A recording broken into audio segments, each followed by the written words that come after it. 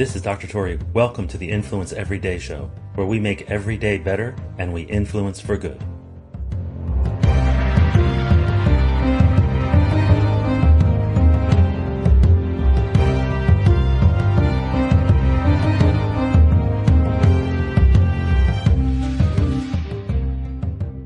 Have you ever worked with someone or for someone that always took the credit? How did that feel? What's really remarkable about credit is that it is infinitely divisible. It is infinitely divisible. In other words, if you give credit to someone else for their contribution to something, if you acknowledge what they've done and how they've helped or how they've supported or what their role was, when you do that, it does not diminish 1 ounce of your credit. It does not diminish 1 bit from the rest of the team. It doesn't diminish from anyone else's contribution. As long as you're doing so sincerely, like it's actual credit. In other words, you're recognizing that they made an actual contribution and it was worthy of what you're saying about it. And you're being sincere and you're not overdoing it. This isn't a case of where everyone gets a trophy. There's sometimes extremes where you have somebody that always takes the credit, and then you have the other extreme where they're always giving credit to everybody.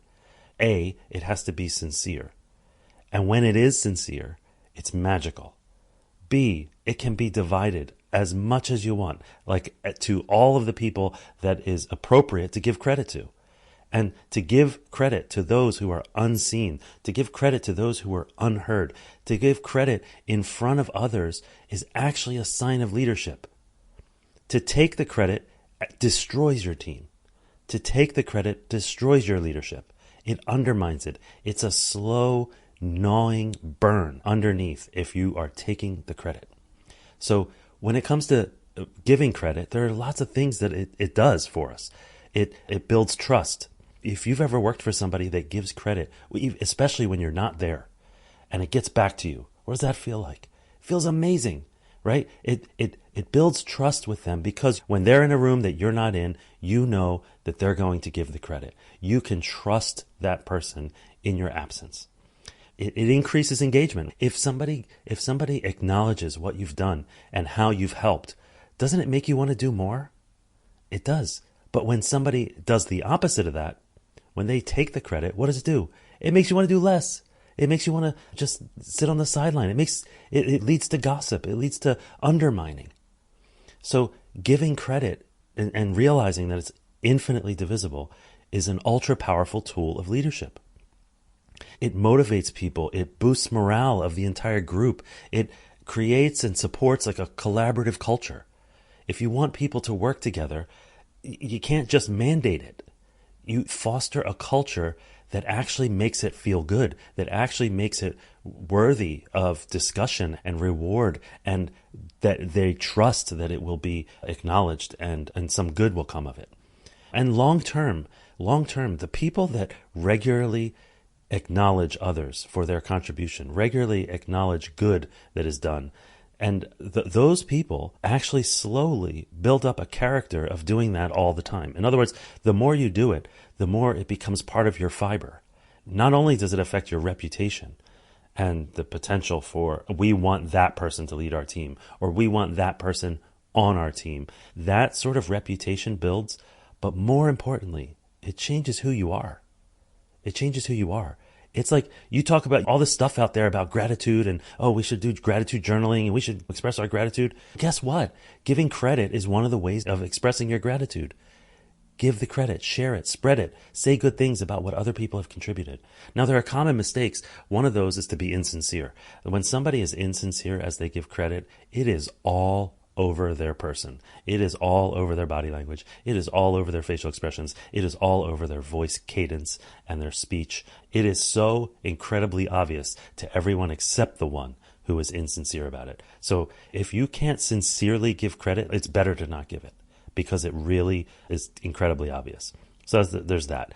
Another mistake that's common when it comes to giving credit is that there's this sort of thought or a misunderstanding that somehow giving credit is diminishing yours. And it's just not the case. It is almost never the case. It does not diminish, so there's absolutely no reason to hold back.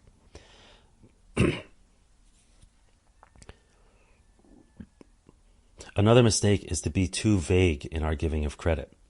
If we're too vague, it can come off as insincere. If we say, she was just really great on the team. No, how was she great? What did she do? What kind of element did she bring? When she walked into the room, what walked into the room with her? Like, what kind of, whether it's her energy or her skill set or her insights, what was it?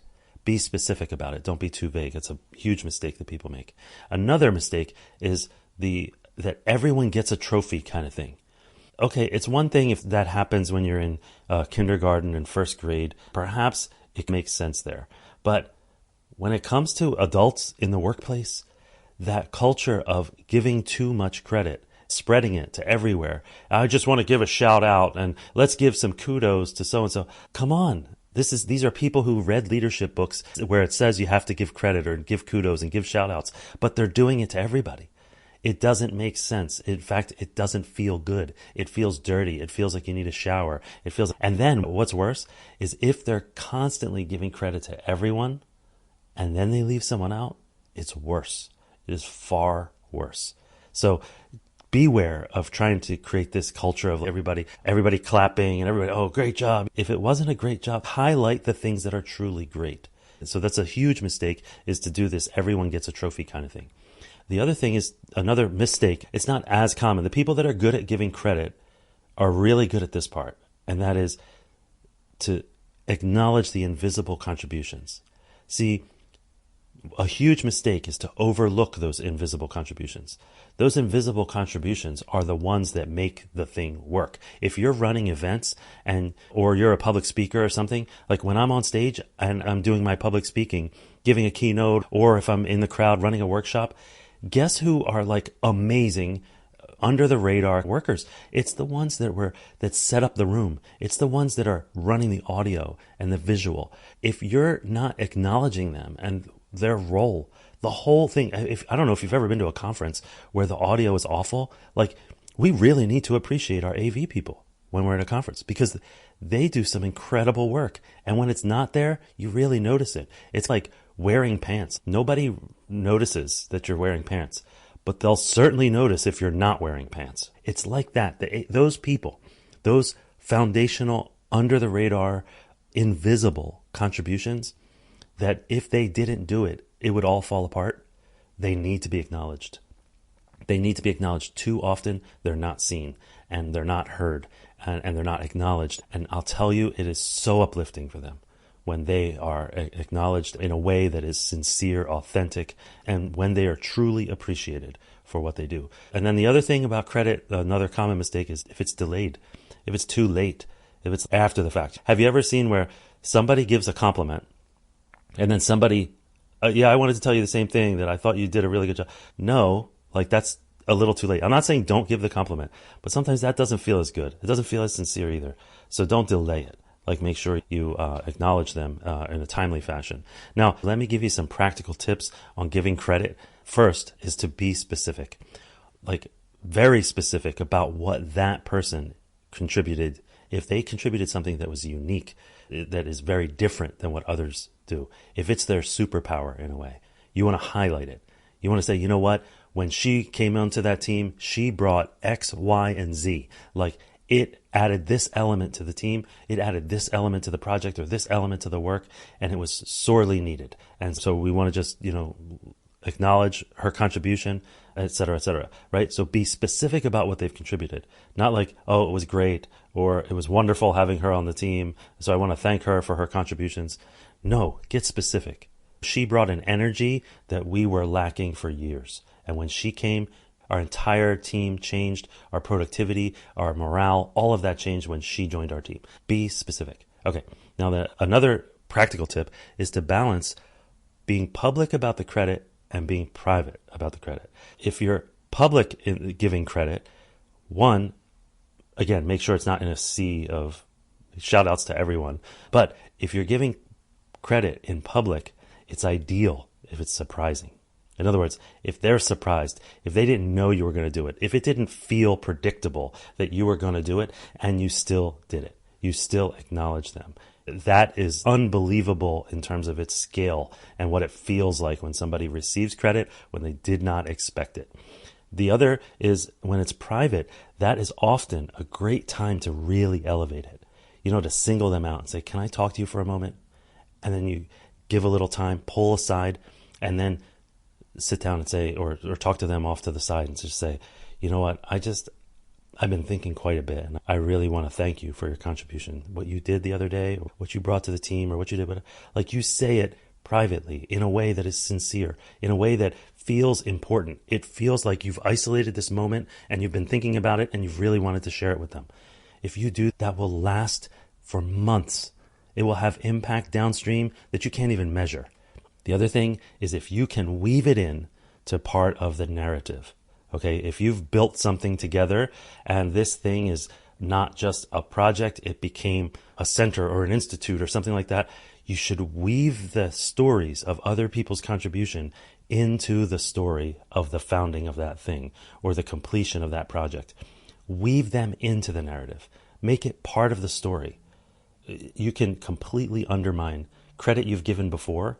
If you've given it in public before, acknowledged it at a ceremony or some sort of thing, but then later did not incorporate it into the story and ignored them in the story when you retell the story of your rise to the leadership or the team's rise to its success or how it scaled over time. If you leave out people that you've given credit to before, you actually run the risk of undermining it. Now, what's really interesting about the giving credit is that past, present, future, giving credit actually has a role in all of those. You recognize the past, you recognize current contributions, and in the future, you embed it into the story.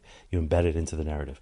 This is something that's really important for giving credit and for it lasting. The impact on the team, the trust, the engagement, the motivation, the morale, all that stuff, that will last longer if you think about it in terms of past, present, and future. You incorporate it in all of those. And the other thing about the word credit is it's also a command. It's also something that can remind you, give credit, give it generously. Generously give credit sincerely, and do so in a way recognizing that it is completely, infinitely divisible. So as we conclude, who will you give credit to today? Who will you acknowledge? Who will you pull aside and just say, I've been thinking about this and I just have to say thank you. I just have to express my gratitude. I just have to say that this wouldn't have happened without this contribution from you. Who are you going to do that for? Who are you going to single out and give credit to? I'll see you in the next episode. This is only the end of today's show if you let it be. Who needs to hear what you just heard? Go ahead and share it with them right now. The Influence Everyday podcast is free. We don't sell advertising space, so telling others is the best way to pay us back, but more importantly, it's the best way to pay it forward. If you enjoyed today's podcast, take a moment to rate and review the show, then check out the additional links and materials that go along with it. They offer more ways to take your influence, your impact, and your relationships to a whole new level. Now go forth and influence for good, every day.